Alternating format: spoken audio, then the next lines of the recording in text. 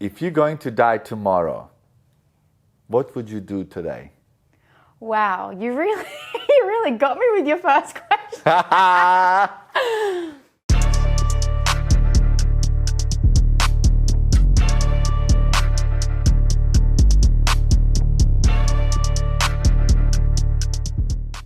What would I do today? So you got 24 hours to live. You're going to die tomorrow, and you know it. What would you do today?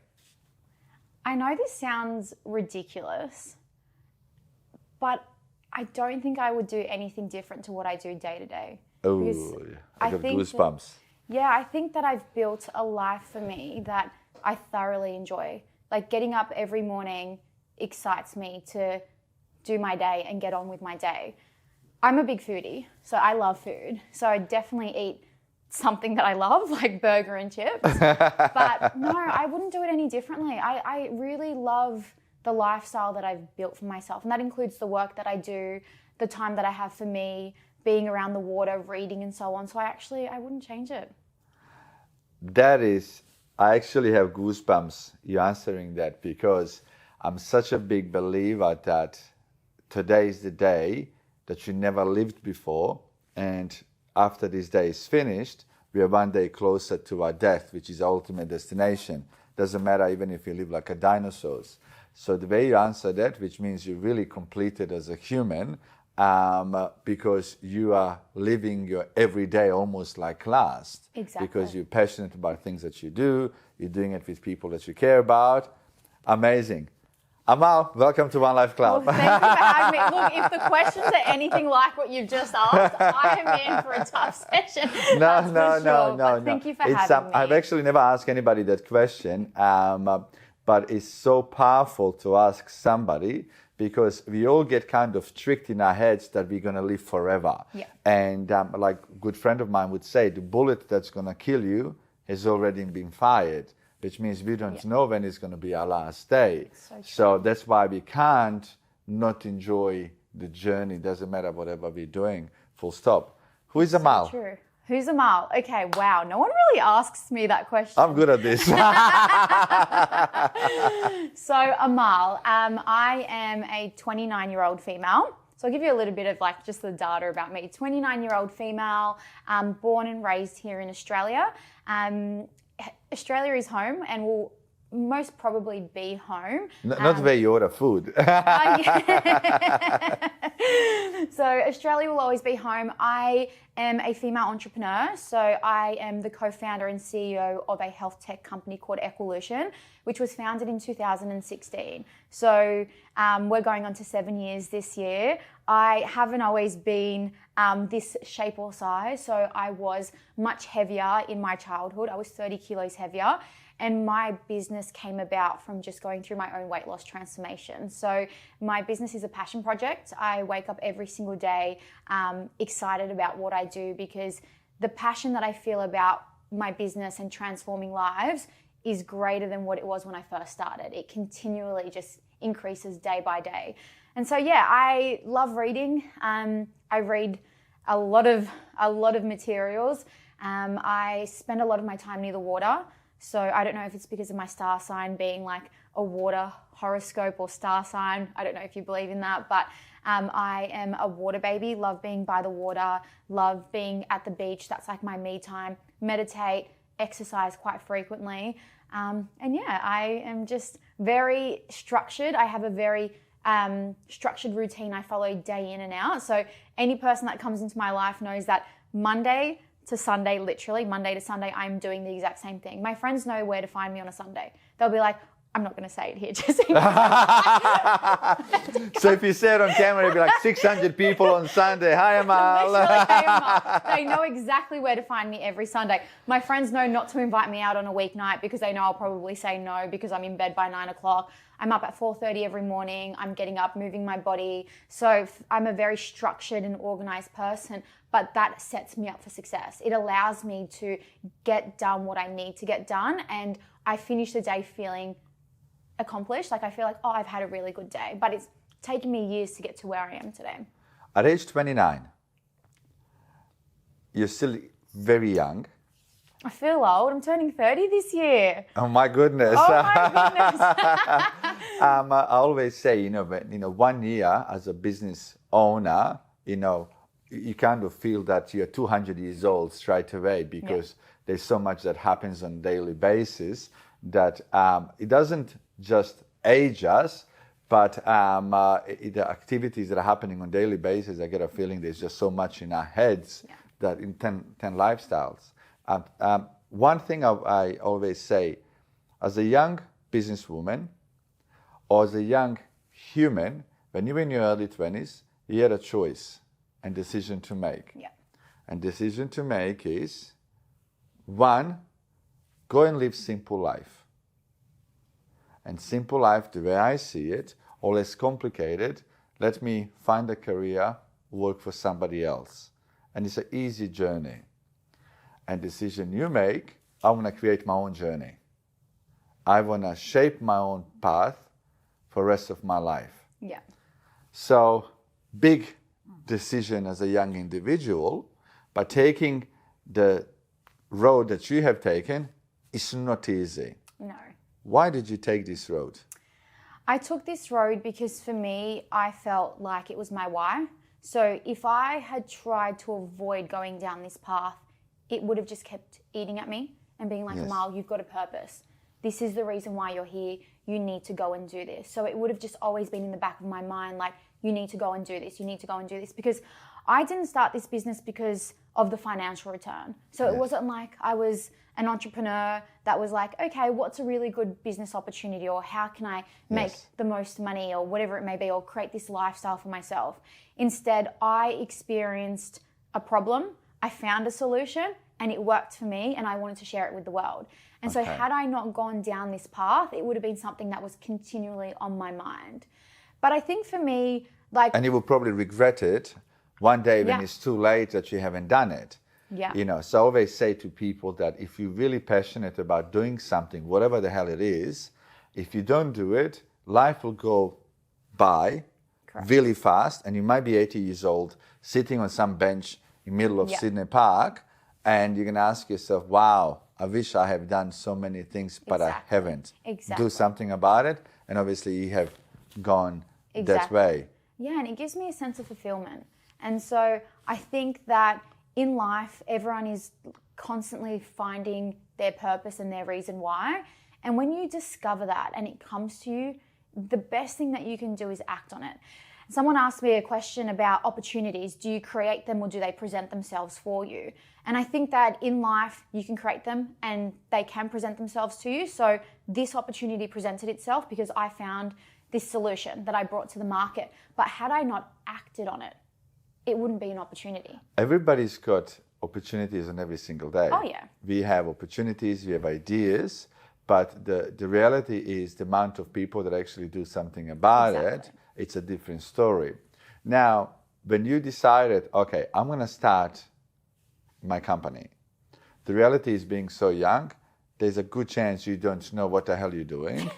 I feel like even at age 43 now, I still don't know what the hell I'm doing. Me too, and but specifically when you're so young, your expectations are so high.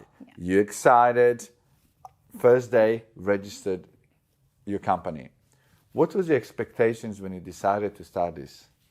And what was reality? Yeah. So when we started this business, we were working at Google full time. And so this was just a side gig. We didn't take it seriously. We were like, you know what, we're just going to help people transform their lives. And then it just started, the demand started to increase and we couldn't fight it off. And so we had to make the decision, do we take this on full time, or do we stay in this great, stable job in one of the best companies in the world? And so we took the plunge.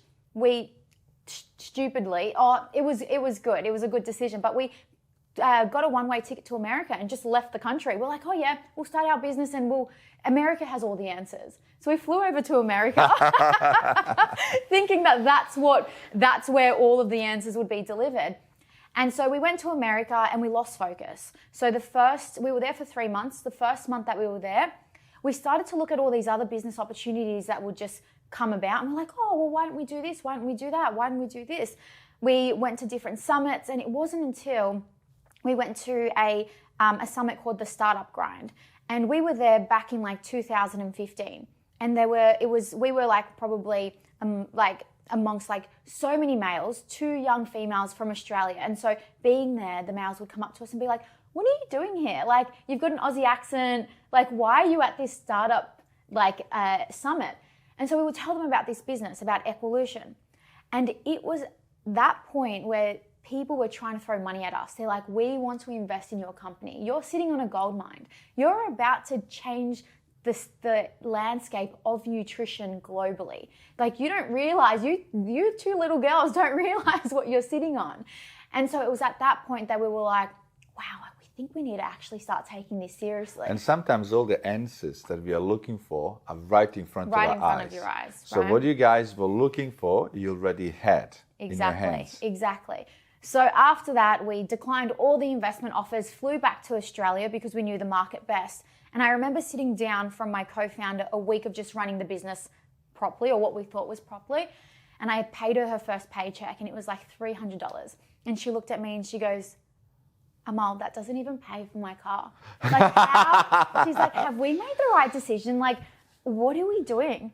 And I said to her, it may not feel like it now, but I promise you that this will pay off in the future. And so I knew back then that this would become something like grand and something big because of the impact that we wanted to make, whether that came with, and I think that every like big global impact comes with a financial return, but our intentions were to leave our mark. And so I knew that naturally that this would allow us to see that success in the business because of what we were doing and how we were contributing to society.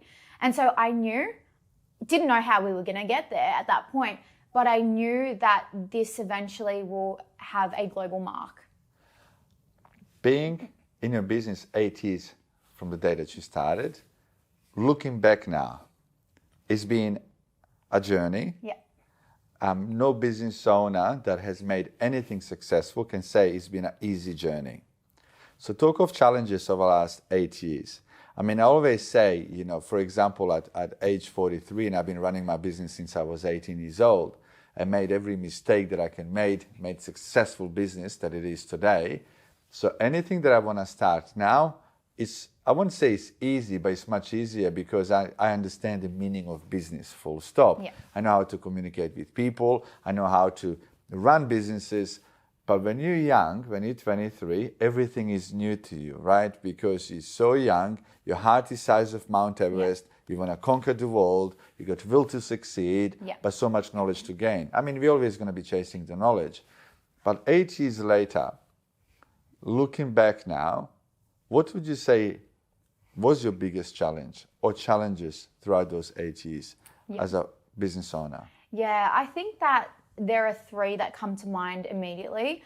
The first one is employment, like hiring staff will always be a challenge, right? I think that was a real big lesson that was learned very early on in my journey. The wrong people sitting on your bus can have the biggest impact on your culture, and you don't want that. And so when we grew quick in our business, we had to hire quite quickly, like quite rapidly as well. And unfortunately, that puts you in a position where you're hiring the wrong people, and that can affect your culture. It can set you two steps back. Exactly. And so for me, one thing that I've learned is hire slow, fire fast. And that's something that I swear by and live by every single day, because I firsthand have experienced what it's like having the wrong person on the bus and what that can mean for your business. And also just ensuring that you find someone that aligns with your values as a company, because you can upskill anyone. You can train people, but you can't teach values. And so if someone doesn't align with your values as a company, they will never fit in within the culture of the business. And it will just always feel like that one person is creating this not so great impact on the organization. And also, on top of all that, how do you be a manager? Because as an entrepreneur, you don't walk into this thinking, I'm a great leader and I'm a great manager and this all comes naturally to me. It's a skill set that you actually need to acquire. And it takes time to learn on how to communicate with people. How do you treat your employees right? How do you create opportunities? How do you, create learning and development programs so they Yes. want to stay a part of your company? So I think just like hiring and management has definitely been like the biggest challenge and will continue to be a challenge.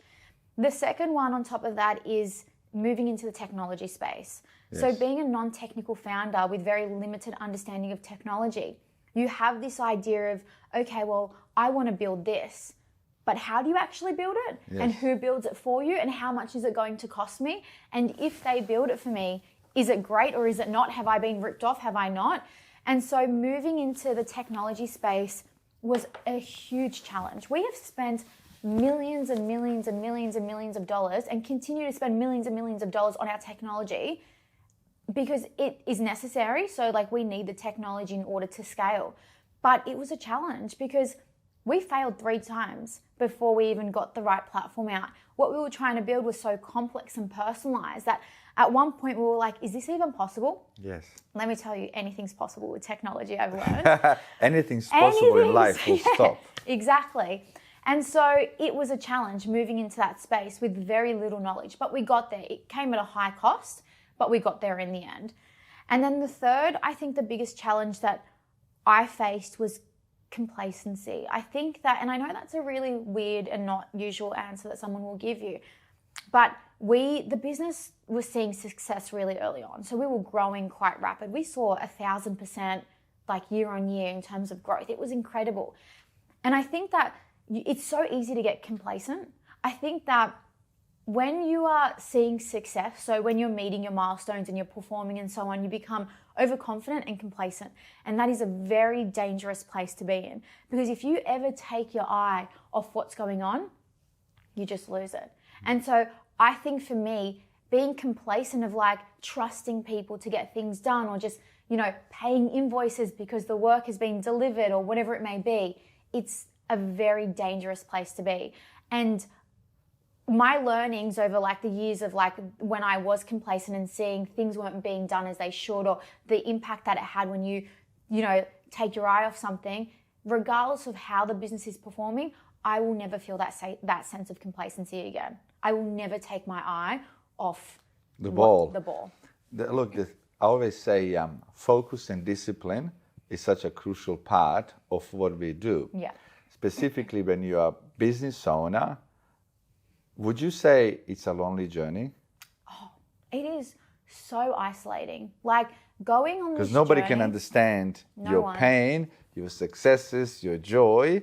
You're kind of the only person on the You're road. the only person. And the way that I look at it is that, so I have this business and I have an amazing team of employees. Like I am so lucky with the talent that we found. But I look at them and I think, if it didn't work out for you at Equalution, you've got plan B, C, D, E, F. The way you see it, I'm dead. I have one plan, and that's Equalution. And so that mindset, unfortunately, is not carried on to every person. It's a Yes. very lonely journey because you need to make decisions that are always going to be in the best interest of your company. You go through the highest of the high alone, and then you'll go through the lowest of the low too. If you, for some reason, can't pay your bills tomorrow, your employees and your friends and your family, they're not going to be sitting there, Yes. putting your head on their shoulder and being like, it's okay. You're going to be in bed crying alone, stressed to the absolute max because it's your problem, not anyone else's problem. Yes. And so, yes, I think that this journey is very isolating. I think that as you progress through your journey, and Emil, you actually said this last night at dinner, you start to see people come in and out of your life depending Yes. on where you are in your journey. When you have a lot of attention on you, you start to see people start to make contact with you again. And then when you don't, it's like people start to become really quiet. And so like just naturally, this journey can be really isolating in the sense that you're like, who has the best intentions for me? Are people friends with me because they like Amal, or are they friends with me because they like Equalution? So it's like, which one is it? And so you start to really question a lot of it. And then you form bonds and friendships with your employees, but then you're like, but hey, they actually do need to like me because I'm paying their salary. But you spend the most time with them, right? Yes, of course. So they become part of your family, full stop. Exactly. And so, yeah, I think that it makes it isolating because of a number of factors. I think that you wear a lot of it and no one else will understand. But I also think that a lot of the decisions that you make in life and just being aware of like who you are as a person and your surrounding also makes it isolating too. have you cried over past 8 years running your business? Have I cried? I think I've cried more than I've smiled. I'm not even kidding you. If you guys knew how many tears that I've cried, like it is just, and you know what? As entrepreneurs, we have Bring in the tissues. Literally, I'll probably cry in this session. But as entrepreneurs, we just show the highlights, right? Yes. Our social profile is the highlight of our life. Yes. No one ever sees when I'm in bed bawling my eyes out Yes. over a stressful decision, or someone did this, or someone said this, or I don't know what to do in this instance. Like, Yes, yes. people don't say that. I would never just get on Instagram and be like, hey guys, I'm crying today. Like, no one ever sees it. And it's important that I think as a leader, I think it's important that you show that you also have emotions, but Yes. you also need to be able to control that around your team, because they need to see the strength. Because if they see the leader break down, they start to lose that confidence in what they're doing in the business, and you don't want that to trickle down like the team. And so you usually cry in confidence and in privacy. Yes. But yeah, I've cried many, many times. And not all tears have been sadness. Some of them Yes, have been of course. happiness. But yes, crying and those types of emotions are quite frequent in this journey. Which is interesting. When people see business owners, they would consider us lucky. I feel blessed that I do what I love doing. And but after interviewing more than 50 amazing individuals, and if I put all 50 of us in the same room, you can just look it on people's faces how much pain we all went through for us to be where we are today. Is the road that we have chosen. We have chosen the journey, so we can't complain about it, because we had a choice when we were very young: go and work for somebody else, have an easier life, or do what we're doing today. But you know, the journey is what keeps shaping us, and the interesting part is, doesn't matter how much pain we go through. It's not all bad pain. I mean, the thing is, you know, it's we are in control of our own journey, I guess. But if you look at it, it's unbelievable strength that we all end up having. But what's interesting, I always say, doesn't matter what we're going through. You go in front of your staff, you're happy, Amal. You know, you go on this interview, you're happy, Amal. So people just see, and we have no choice for them to see us on our A game, focused. Because, you know, if you walk into your office with, let's say, 50 staff, and if they see that you're upset, that you're stressed, that's going to reflect on them. 100%. So we have no choice but to be looking happy, acting happy, and be really happy in front of everybody, which is every freaking single day. Oh yeah, there's been times where I've like driven to work, bawled my eyes out in the car, waited 5 minutes, took a couple of deep breaths, and then walked in and was like, hey everyone, how are you? I'm fantastic, never been better. Or like would like have like a really stressful meeting and then like go to my car and cry, and then take a couple of minutes and then go back. Like, it's all very common. But I agree, you need to show that strength for your team, because when you do go in and you come in as a mess, or you're stressed, or whatever it may be, it does then reflect into them and their behavior and their performance. The only times that my team have seen me cry was when I've done like announcements and I'm talking about a very sensitive topic, or I'm excited and I'm proud. And then they'll see me cry and they appreciate that, the emotion that flows through and the passion that comes through. But they will, and I will always try my hardest to avoid them seeing me at my ultimate stress, because I don't want them to see that side of me. Running your business, the reality is there's a competition there. And there's no mercy. Competition want to chop your head off every single day. They want to see you dead. And what a good friend of mine that I interviewed as well, what he would say, he said, once I had 5 of my good friends, we had a massive event, and they're all business owners. And he said, look guys, the only reason why we're friends because we run different businesses. So because the reality is, in the market, which is really health industry where you are in, there's a million competitors out there. So many. So how do you stand out? How do we stand out? So I think for us is always looking at what makes us competitive in this field? What is our unique selling point? And I think that something that we do, and what I think all companies need to do, is that will continually change. You can't just be like, oh yeah, I'm, different and this is my competitive advantage, or this is my moat, or whatever it may be, for the next 8 years. Yes. You need to always stay ahead. Because if that's not constantly changing and evolving, which it will, because I think that although you're always solving the same problem, how you solve it will change and evolve as well. You need to continually remain competitive, and that will change continually as well. And so for us, we are very unique in our approach. I think that something that differentiates us from a lot of those in our industry, particularly like the technology industry, is like our marketing approach. We are very big on social. We're loud. We have a huge voice. We have a strong community. But we use our content and our platform as a means to make a difference, to make us really stand out in comparison to all of the other competitors. So instead of, being in like the health and wellness space, instead of just putting, 2 testimonials side by side, or just talking about the science or whatever, we look at what's trending. Like, okay, what is it that our audience really love right now? What are they talking about? What are they searching? Where are they? And how does that then apply to our business? How do we then create content for them that is easily digestible, but content that they'll enjoy and that they'll share? And so then we start to evolve the way that we showcase our business on a marketing front to suit them. So we've only most recently started getting into like recipe creation. So we haven't always shown recipes online. It's at the core of what we do, right? It's what differentiates us from everyone.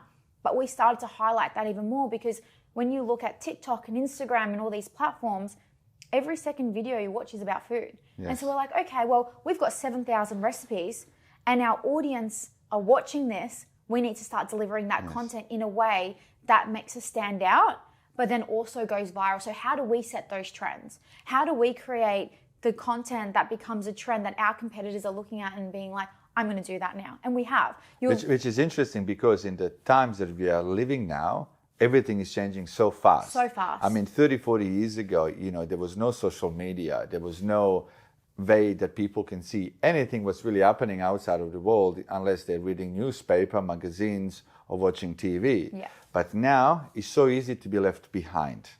Doesn't matter how successful business you have, if you don't keep your eye on the times that you are living in, you can be behind the next day. So you constantly have to be focused on what's in today, what's trending, what's going to come tomorrow, and you got to be on the train. Otherwise, it's easy for competition to pass you, and then you're going to be asking yourself a question, fuck, what happened? Exactly. And that goes back to my comment about complacency, because I think that when you are a big business, it's easy to be complacent and be like, oh, we're untouchable. No one's going to compete with us. These little small brands, they have nothing on us. Yes. But if you're not continually thinking ahead and moving quick, yes, and being the ones that set that trend, then you'll be left behind. Yes. And so that's why complacency can kill as well, and particularly in these larger organizations, because these little competitors, they're popping up everywhere and they're powerful because they're agile. They can move quick. As a big company, you can't. Do you think being female in business is easier or harder? Look, I think it's in different situations and circumstances, it can be easier and it can be harder.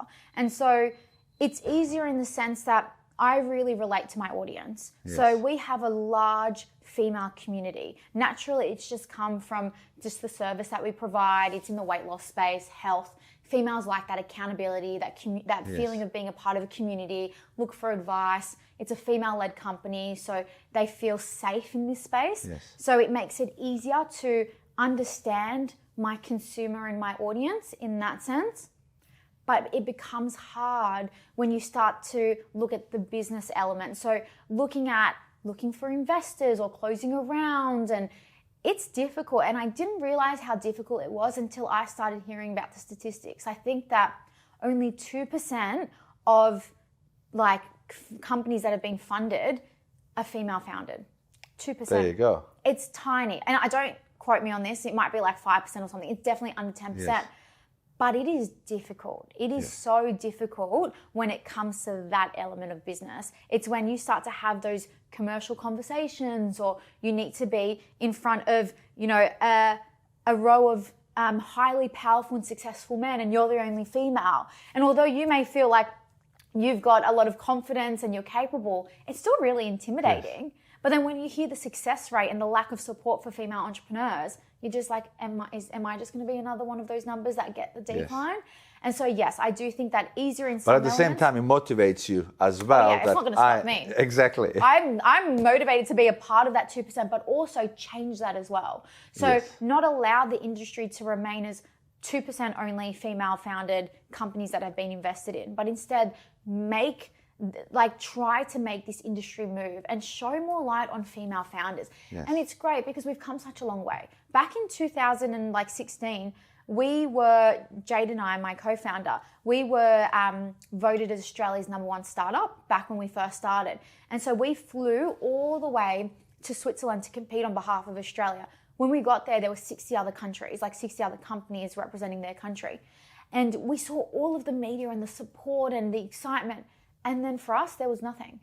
And so this lack of support around female entrepreneurship, and even sometimes in the Australian market, I think the Australian market is evolving. It's nowhere like what the US is when it comes to supporting entrepreneurs, innovation and so on. Yes. There has been change and it is getting better, but I still believe there's a lot of room for improvement when it comes to female entrepreneurs and the support around that. If you had to do everything all over again, would you choose this road of being entrepreneur again? Or would you choose to just have simpler life and go and work for somebody? No, God, I don't think I could. I would be the worst employee. I feel so we don't want to employ people like you. No, they would not like me, that's for sure, because I am so opinionated in a good way. I come with facts. So I will always challenge someone on a decision or whatever it may be. Yes. So if I have a manager telling me to do something and I'm just like, well, hang on, why do you think we should do it like that? And I'm very independent and run my own show, would be the worst employee. But no, absolutely not. Although there have been many lows and a lot of challenges, I wouldn't change it for the world. I have no regrets. I've learnt a lot in my journey, but I have no regrets and I would do it all over again 1,000,000 times over. Did you ever look at young Amal, that's 10 years old? Did you ever look at her in her eyes and say, young Amal, we have done okay? Honestly, no. I think that as entrepreneurs, it's really hard to give yourself acknowledgement and recognition because you may meet, this performance metric or you've achieved this milestone or whatever it may be, but you never look back and be like, oh, damn, go you, Amal. Well done. You're like, okay, what's next? Yeah, cool, good job. You were going to do it anyway, so what's next? So I never look back and be like, well done. I feel like I'm so early on in my journey. 7 years into my business may seem like a long time, but I feel like this is just the start. And I feel like you want so much more. So much more.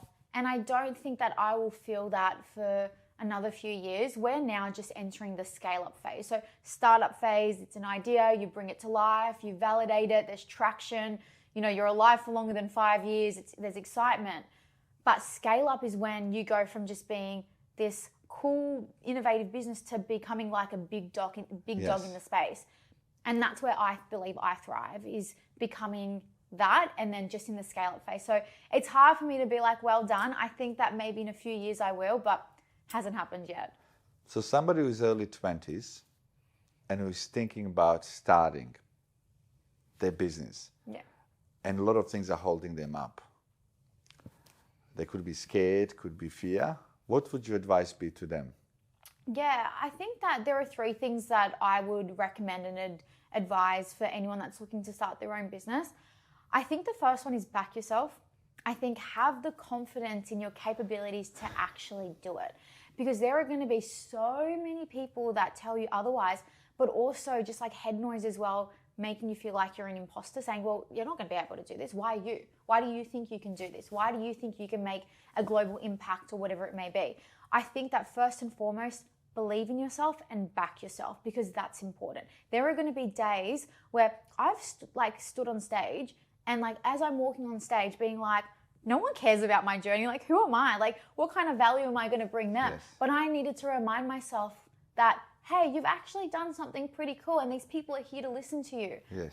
And so I think it's important that you continually back yourself in your journey. The second one, I think, is to do your research. Understanding your audience, your industry, your competition is fundamental for every business. It will allow you to make informed decisions. So before you go off doing your own thing, make sure you do your research first and foremost. That is so fundamental. And number 3, I would say, is build your network and surround yourself around like-minded people, because you're right, it's a very isolating journey. And you don't know what you don't know. But when you have a strong network around you that is your soundboard, that you can learn from, that you can call up and just ask questions, priceless, like absolutely priceless. There have been times where I've been stuck on a decision and I've never experienced anything like it. But if I had not had my network that I could have just called and been like, hey, I just want to, express how I'm feeling or what's going on. Can I just bounce ideas off you? I would have not been able to make the decision that I'd made if I didn't have that. And so I think it's important that you attend networking events, connect with people on social media. You know, those like Facebook groups where it has like businesses and business owners. So fundamental to build that very early on in your journey. Next 10 years, you're going to be 40, almost. Oh, don't remind me. And I always say, earlier you start your business career, more time you really have to develop yourself as a very dangerous individual in your field. Good dangerous. So I feel like you're 20 to 30, you have been really training and perfecting what works, what doesn't, and establishing yourself as a young business woman. And next 10 years, I feel like, okay, Amal is becoming dangerous in a good way. Big things are coming. What do you think is ahead of you? I think for me, the next 10 years is really about scaling the business. So going from just an Australian company to having that global impact. And I think that what I experience over the next 10 years, although I've learned a lot in my first 8-7 years, is probably going to be times 10 of like the failure and the challenges and the lows and so on. But for me, the next 10 years is really just prioritizing my business. I started this because I had a message that I wanted to share with the world. It still kills me to this day that people think that they need to eat 1,200 calories or cut carbs or not enjoy the food that they love in order to look and feel good. And so I'm on this mission to make that global impact and noise in the nutrition space. And I'm not going to stop until I get there. And so the next 10 years is really becoming loud, making noise in our industry, disrupting it on a global scale. So not just here in Australia, but on a global scale. So business will remain my number one priority. I think that completes you and you enjoy it so much as well. And I think right now being in it, for 7-8 years, it's become who you are as an individual as well, and it became part of you. Who inspires you? Honestly, I would say a number of people. First and foremost, my community. Like the people in our community, it's just unbelievable how loyal and how inspiring they are, because, I might be stressed or I might be like, oh, I don't want to get out of bed today because it's just another shit that I need to face, right? But you get online and you see your community telling you about the jeans that they've just put on that they've never been able to wear. They've just lost 2 dress sizes. They feel good for the first time. They've overcome depression because of their transformation. They have a better relationship with their partner. Their kids are excited to be around them. They just got a promotion at work because they're their best selves. That's what inspires me. It's the reason why I get out of bed every single day. That feeling, because I felt that myself. My transformation is the reason why I'm here today. Yes. If I had not gone through that and become the best version of myself, all of the tools that I acquired, discipline and dedication and everything, created and shaped who I am today. So my transformation is why I'm here today. And so I know what that feeling is, achieving that goal. And so I feel that same level of satisfaction when someone in my community says that they've just achieved another goal. And so that's what inspires me every day. So when I'm feeling low, I literally just get online and I just read the comments and I'm happy again. I'm happy again. So community first and foremost. And then second to that, my network of friends. I am so lucky to have the most amazing friends that are just inspiring individuals. Like, you know, Chandra, for example.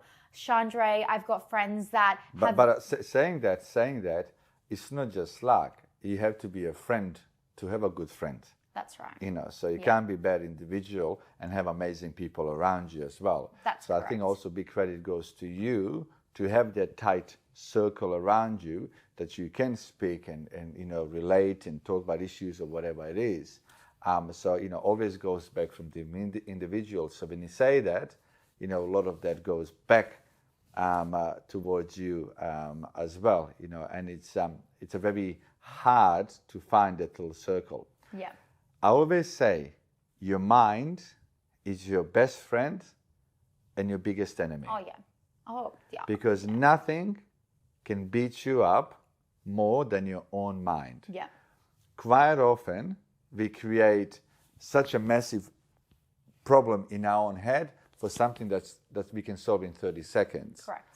So how do you have that good state of mind all the time because you got no choice?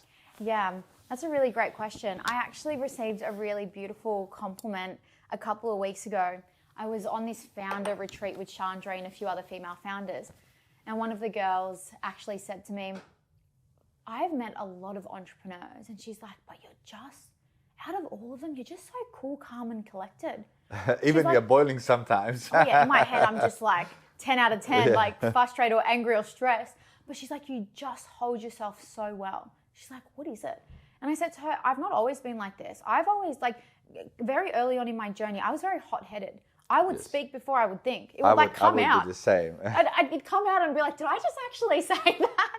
Like, it was like I was very hot-headed. I was, you know, very, not aggressive, but I would just move quite quick. And I think that as I've learned in my journey, the most powerful thing that you can do is control your reactions. You can't control your emotions and you'll never be able to. But it's important that you take a minute to be able to understand how you're feeling. Stop before you actually act on it. The power in that, I can't even explain to you. I have this one rule. If I receive an email that doesn't sit well with me, I will never respond within 24 hours. I will give myself 24 hours to go back to that email and then respond. Because when your emotions are heightened, and you know, I've like written out an email, closed it, 24 hours, I read it and I'm like, oh, imagine if I had sent it. I'm glad I didn't send it. Didn't send it. But yeah, for me, it's a matter of just stopping for a minute, and that may be a minute, a few hours, going for a walk, taking a few deep breaths before I start to make decisions. I think making slow decisions is fundamental in a business. And I think that not making decisions when your emotions are heightened is so important. Yes. Particularly like when you're frustrated, because it's so easy to, you know, when you're stressed or frustrated, someone's done something to piss you off. If you just go for it, it is a representation of your leadership. It ruins the relationship. Like, there are a number of consequences. Yes. But if you take a second back and you actually listen to what people say, digest it all, and be like, how do I actually feel about this? What is actually going on? Not what do I think is going on, what is actually going on? Yes. And then acting on it, rather than just be like, bam, go for it. But it's been a really difficult skill set to acquire. It takes time. It takes time to get to that point as well. But it's not just time. It takes a life experience that you have to go through for you to learn how to freaking breathe. Yeah. More than anything. Of course. Because, you know, so much happens to us. And specifically, you know, if you hit a challenge or brick wall, or somebody, you know, does something not good for your business, you know, split second you wanna, okay, I'm gonna rip their heads off because you're so angry, and you know, but might not be the right decision at the time. Oh yeah, I couldn't. What would you say is key to happy life? I think that happiness is a choice. I think that doing something isn't going to make you happy, right? So going and buying a handbag or doing this or doing that doesn't make you happy. It's how you perceive life and your decisions in life. So I think that for me, like, what makes me happy is my mindset, because I can look at something and be like, oh, I'm feeling a bit unhappy and, you know, not excited or whatever, overwhelmed or whatever. But it's how you reframe your mind to look at things in a particular way that then allows you to feel happy. Yes. So I believe happiness is a choice. I don't think there's one thing that creates happiness for me or Yes. means happiness to me. I think it's having that healthy mindset to be like, you know what? Life is great. Yes. There's always going to be shit. Deal with shit every single day, right? But life is great and I'm happy because I choose to be happy today. Correct. Love the answer. What would you say is key to successful? What would you say is key to be a successful businesswoman or businessman? Either way. I think that success isn't about finance or awards or anything like that. I think success comes from living a purposeful life. I think that when you're able to live a life full of passion and you're doing what you love most day in out, so you find a role or a business that sparks your why and your purpose, and there is a lot of purpose in everything that you do, I believe that's the definition of success. I felt successful from day one of starting my business because it was my why. And regardless of what's going on, whether the business is performing or not, or this is happening or not, I feel like I've accomplished success because of that. I'm very glad that we had this interview. So many, not just young individuals, anybody can take so much out of this. If there's one message you have to pass before you die to all humans in the world, Gosh, what would that be? One. I have so many messages. Spit them out. I think that it's important that as you progress in life, that you look at your journey, and I believe that you should never regret anything. There are going to be times in your life where it's challenging or you probably shouldn't have done it in that way and you may have done it differently. But every decision and action that you've made in life has shaped the person that you are today. Had you not gone through that period of time that you probably aren't proud of or whatever it may be, you wouldn't be the person that you are today. And so instead of looking back at life and being filled with regrets, instead look back at life and be like, okay, it happened for a reason and I have learned something out of it, but it's now shaped the person that I am and it was a character building exercise. So don't live life with regrets. Instead, look back at what you've done, how you can make improvements, learn from it, and just be the best version of you. What does never give up mean to you? Never give up means continually showing up every single day, regardless of what's going on in your life. Because as I said, the shit always happens. There's never going to be a period of time where there isn't shit. Even when your business is so profitable and you're hitting your KPIs and whatever it may be, there's still going to be shit that happens. I always say I've been eating shit so much in business that I got a feeling I smell like shit sometimes. You do. I got a little bit. No, I'm kidding. But yeah, I think that it's important that you continually show up. There are days where I kid you not, where I've laid in bed in the morning, my alarm's gone off and I just put the cover over my head and I think, do I need to get through today? Why me? Why me? And you wake up and you're like, was yesterday a bad dream? Is it reality? Shit is still waiting for you there. And literally, and I throw my blanket off and I get up and I'm like, I'm showing up. I just need to show up because sometimes it's better to, and I think that one thing that entrepreneurs or people wanting to become entrepreneurs get wrong, in thinking that they need to be 100% every day, but you don't need to be 100% every day. If you show up, if you're feeling 80%, but you show up at that 80%, that's still 100%. You're still showing up. And that is the most important, is that regardless of the situation, regardless of what's going on in life, regardless of how you feel, you still show up daily. Persistence. Yeah. Exactly. Persistency is huge part what we need to have within us to get through. I couldn't agree more. Whatever we're facing. How persistent are you? If you ask anyone in my life, it's like no is never going to be an answer. Yes. No, there's always a solution to everything. If that person says no, then they're not the right person for me. And so I'll just move on and find another solution. So I'm very persistent. I will always work hard to get what I want. Yes. So there's never giving up ever on something that I'm very fixated on. But I think persistency is key. And I think that ties into the whole disciplined. It's being disciplined in everything that you do will then lead to you being persistent, because you just don't stop until you get it done, until you reach that goal. I'm a little bit older than you. I won't say I'm wiser, but I got maybe more life experience than you.